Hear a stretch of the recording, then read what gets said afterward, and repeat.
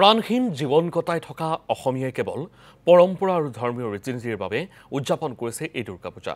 সঁচাকৈ ভক্তপ্ৰাণ ৰাইজৰ সেমেকা মনেৰে ৰাজ্যত আজি মহাষ্টমী পূজা সমাপন কৰিছে। মহাসপ্তমীৰ যথাবিহিত পূজা অৰ্চনাৰ পিছত আজি মহাষ্টমী। বৈদিক মন্ত্ৰোচ্চাৰণেৰে মুখৰিত হৈছে ৰাজ্যৰ চৌদিশ। অষ্টমীত মহিষৰূপী নিধনৰ বাবে সাজু হৈছে ৰাজ্যৰ ভালেসংখ্যক দেৱালয়। শক্তিৰ অধিষ্ঠাত্ৰী দেৱী শ্ৰী শ্ৰী দুৰ্গাৰ চৰণত ভক্তসকলে বিভিন্ন প্ৰান্তত পূজা অৰ্চনাৰে মহাষ্টমী পালন কৰিছে। এই মুহূৰ্তত আমি লখিমপুৰৰ পঞ্চানন মন্দিৰৰ কাষলৈ যাব বিচাৰিছোঁ, যিহেতু বৰ্তমান সময়ছোৱাত আমাৰ সৈতে আছে প্ৰতাপ দত্ত।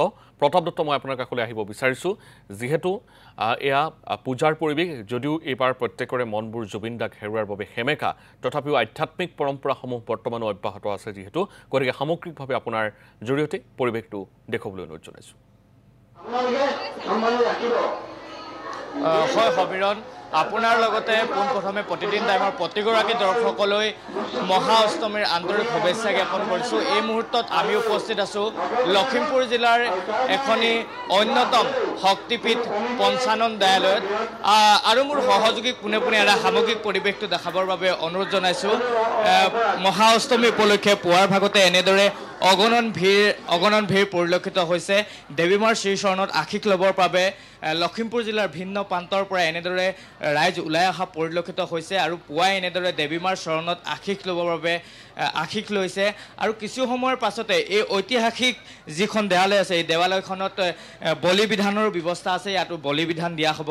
আৰু এনেদৰে পুৱাৰ ভাগত লখিমপুৰৰ ভিন্ন প্ৰান্তৰ পৰা ৰাইজ ওলাই অহা পৰিলক্ষিত হৈছে।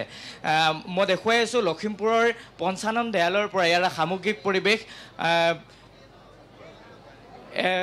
যিহেতু ইয়াতে এখন জুবিন গাৰ্গৰ ফটো, যি স্থানত তেওঁলোকে বন্তি প্ৰজ্বলন কৰিছে, সেই স্থানতে অসমৰ সাৰ্থক জুবিন গাৰ্গৰ এখন ফটো ৰাখিছে। প্ৰথমে জুবিন গাৰ্গৰ ফটোখনিত শ্ৰদ্ধাঞ্জলি জনাইছে বা এটা সেৱা লৈছে। সেৱালৰ পাছত তেওঁলোকে দেৱীমাৰ শ্ৰীচৰণত আশীষ ল'বৰ বাবে আগবাঢ়ি আহিছে। দাদা ক'ৰ পৰা আহিছে? হয়, মই আজাদৰ পৰা আহিছোঁ। এইখন এখন ঐতিহাসিক শক্তিপীঠ। হয়, আপুনি ইয়াতে আহেনে? এইবাৰ আমি প্ৰতি বছৰে আহোঁ, কাৰণ মোৰ এতিয়া বয়স আপোনাৰ 49 হ'ল। গতিকে ইয়াত মই সৰুৰ পৰা, মই দেউতাৰ দিনৰ পৰা আহিছোঁ, আৰু বৰ্তমান এতিয়া নিজে আহিছোঁ, পত্নীক লৈ আহিছোঁ, মোৰ ছোৱালী আহিছে, মোৰ ল'ৰা আহিছে। এনেকৈ ধৰি আমি প্ৰতি বছৰে ইয়ালৈ আহোঁ। আৰু বিশেষকৈ এইবাৰ অলপ উকা লাগি আছে, যিহেতু আমাৰ আগত জুবিনৰ ফটো লাগি আছে।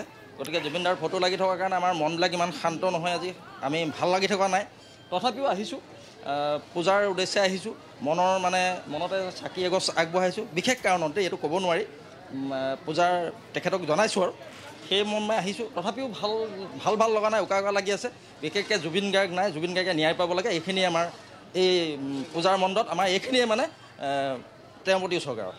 মই পুনৰ মোৰ সহযোগীক ইয়াৰে সামগ্ৰিক পৰিৱেশটো দেখাৰ বাবে অনুৰোধ জনাইছোঁ। এইখিনিতে উল্লেখ কৰিব লাগিব, এইখন হৈছে এখন ঐতিহাসিক শক্তিপীঠ, কাৰণ এই শক্তিপীঠখন মহাপুৰুষ মাধৱদেৱে যেতিয়া সাত্য পূজা কৰিছিল, সেই সাত্য পূজা কৰাৰ সময়তে এইখন শক্তিপীঠতে আহি তেওঁ সাত্য পূজা কৰিছিল। আৰু ইয়াৰ পাছৰে পৰা এই শক্তিপীঠখনত প্ৰত্যেক বছৰে পূজাৰ সময়ত তেওঁলোকে বলি বিধানৰ ব্যৱস্থা কৰে, আৰু পৰম্পৰা ৰক্ষা কৰি আজিও এই বলি বিধানৰ ব্যৱস্থা চলাই থকা পৰিলক্ষিত হৈছে। আৰু যাৰ পৰিপ্ৰেক্ষিতত আজিৰ মহা অষ্টমীৰ দিনটোত লখিমপুৰ জিলাৰ ভিন্ন প্ৰান্তৰ পৰা ৰাইজ এনেদৰে ওলাই অহা পৰিলক্ষিত হৈছে।